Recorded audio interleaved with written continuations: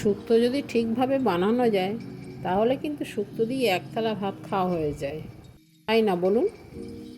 চলুন তাহলে আমি কিভাবে শুক্তো রান্না করি সেটাই আপনাদের দেখাই। অল্প তেলে উচ্ছেগুলো আগে ভেজে নেব।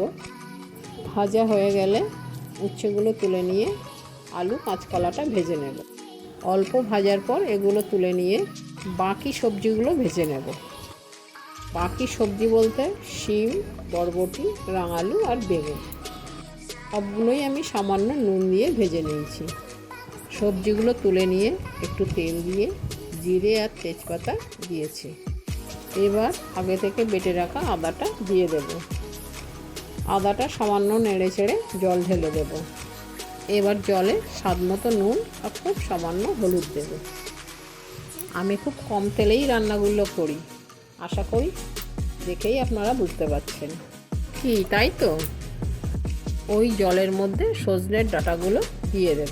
সজনের ডাঁটাগুলো ভাজিনি, কারণ আমার মায়েদের মুখে শোনা সজনের ডাঁটা ভাজলে নাকি ওর গুণটাই নষ্ট হয়ে যায়।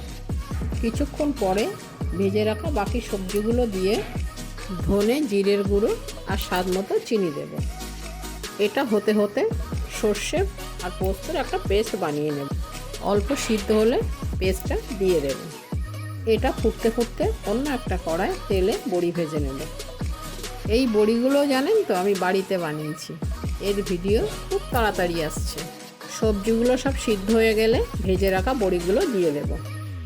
বেশি আগে বড়িগুলো দিলে কিন্তু বড়ির আর কোনো চিহ্নই থাকবে না। এবার দুধ আর রাঁধুনি বাটাটা দিয়ে দেব।